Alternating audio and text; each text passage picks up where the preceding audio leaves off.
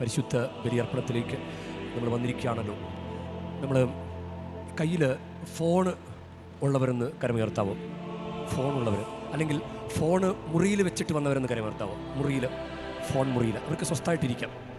കാരണം അല്ല, നിങ്ങൾക്ക് കുർബാനയിൽ സ്വസ്ഥമായിട്ട് പങ്കെടുക്കാനായിട്ട് സാധിക്കും. കയ്യിൽ എന്തെങ്കിലുമൊക്കെ ഉണ്ടെങ്കിൽ, ബാഗോ ഫോണോ എന്തെങ്കിലുമൊക്കെ ഉണ്ടെങ്കിൽ, നമുക്ക് ചിലപ്പോൾ മോഷണം പോയിട്ടുണ്ട് ഇവിടെ നിന്ന്.